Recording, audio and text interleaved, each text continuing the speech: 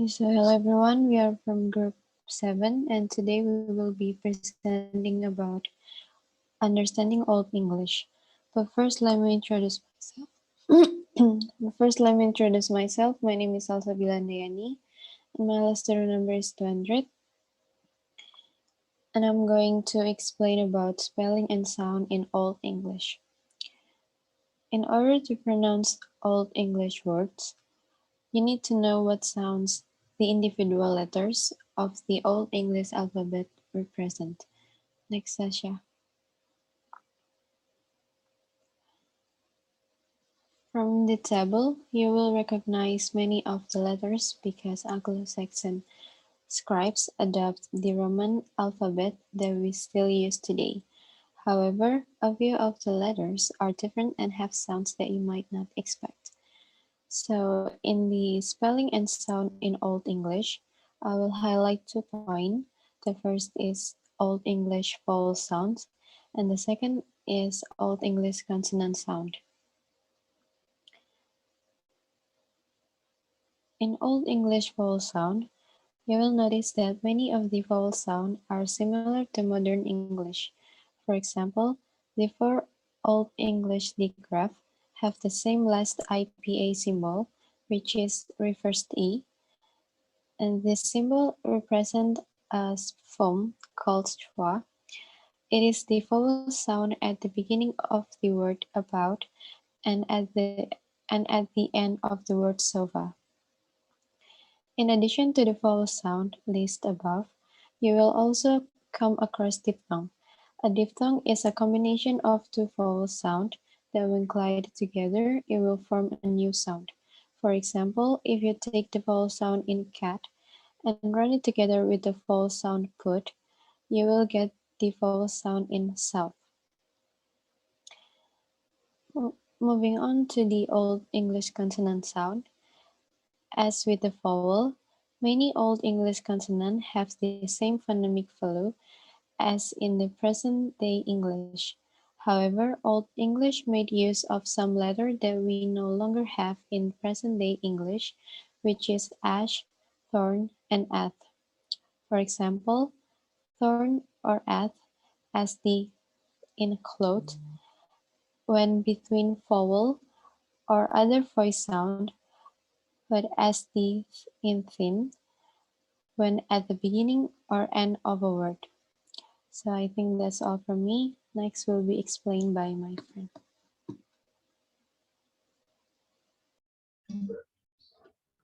Hello everyone, I'm Nadana Shipa and my student number is 187. Here I would like to explain about the vocabulary of Old English. Well, present-day English has borrowed vocabulary from many of the world's languages. Think about words like chauffeur, government, and salary from French, pasta, balcony, cattle, and umbrella from Italian, work from Chinese, rucksack from German, and couch from Hungarian. Sometimes words come directly from one language or sometimes by another. Couch, for example, while ultimately from Hungarian, was borrowed into English from French. Once a word has been borrowed, it becomes absorbed into language to such an extent that we no longer see it as foreign. In contrast, Old English contained far fewer borrowed words to Latin, was one source language, and was made up of predominantly Germanic vocabulary. Some Old English words are instantly recognizable and are still used in present-day English, even if our modern spellings are sometimes slightly different. Thank you. The next section will be explained by Kifari.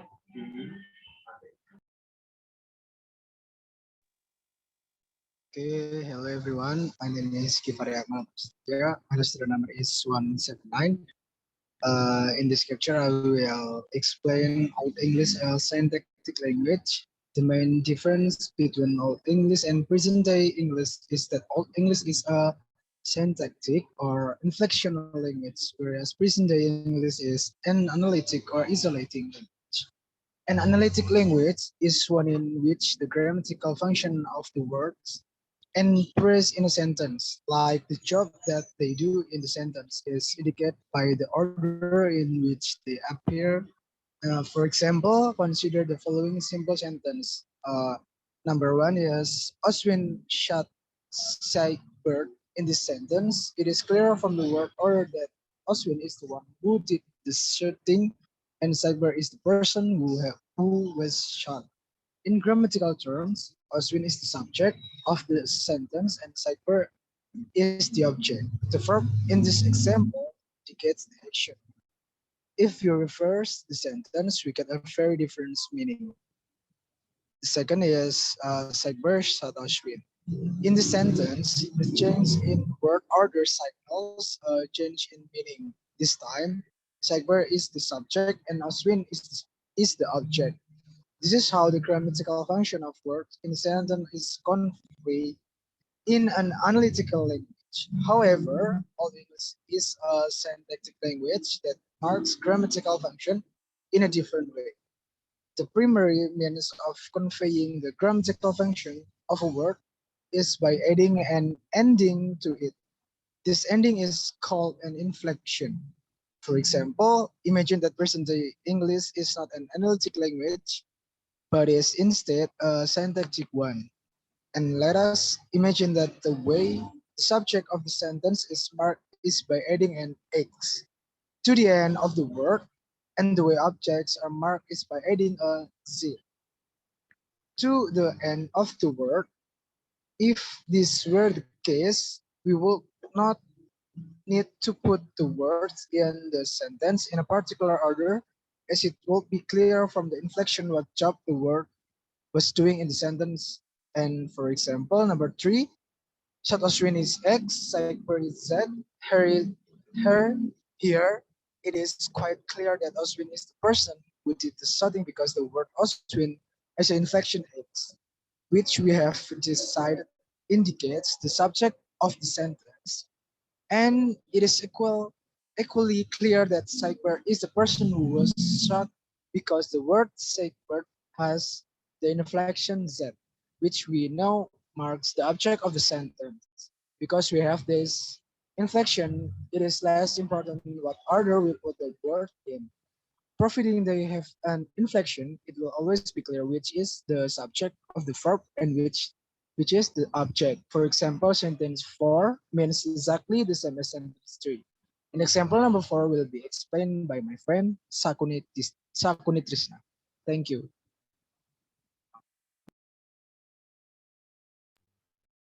Hello everyone, my name is Apani Trishna and my student number is 198. So next I will explain about case, gender and number.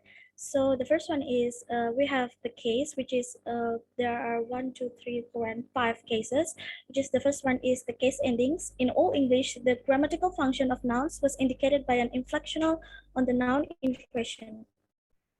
And the second one is the nominative case, which is words that are the subject of a verb. And the third one is accusative case, which is words that are direct object of a sentence. And there are additional case, which is genitive case uh, and dative case, which means genitive case indicates possession and dative case indicates the direct object in a sentence. And next one, there are three gender, which is masculine, feminine, and nature. In all English, nouns were inflected. They changed how they were written and spoken. To add little bits of extra information to communicate their function within the sentence and the number of the noun, whether singular or plural. And the last one is the number. So this refers to whether a word is singular or plural, a distinction, of course, which remains the present day English, and of course, the singular or plural inflectional use word depend on the case and gender of the word in question. And the last one will be explained with my friend. Hello everyone, my name is Puspamaya Anita and my last 3 digits of student number is 168. And here I will explain about Old English verbs. So just as nouns inflect for case, gender, and number, Old English also influenced the verb in present-day English, inflect to mark present and tense. In Old English, it made use to different forms of the verb to mark present. For example, like I sing, you sing, and she sings. Notice different vocabulary to mark each subject and the inflection in each verb depending on the subject. The third person, a P form, was common in southern dialects, eventually giving way to the northern S ending that survives in present-day English. So in present-day English, it became improvised. It differed person by adding to be, like am, is, and are, and also the inflection of the third person singular form of the verb, like I walk and he walks. To form the past tense form and past participle of the most verbs in present day English, we simply add an inflectional ending like ed, as in walk to walked. But notice that to form the past tense of a verb like sing, we don't add an inflectional ending. Instead, we change the vowel. The past tense of sing is sang, and in grammatical terms, sing is a strong verb while walk is a weak verb. So what is strong verb and weak verb? So weak verbs is actually regular verbs, which is the stem vowel does not change, yet it does have additional inflection in the past or past participle tense, just like walk, walked, call, called. And strong verbs, or we generally say irregular verbs, means have a change in the stem vowel in the past or past participle, just like in see and sang or fit and fed. That's all from me. The next part will be delivered by Brian Fauci. Okay, thank you. Hello everyone, my name is Ben Fauzi Firdaus. My last the number is 201. Okay, and the next part is the varieties of Old English.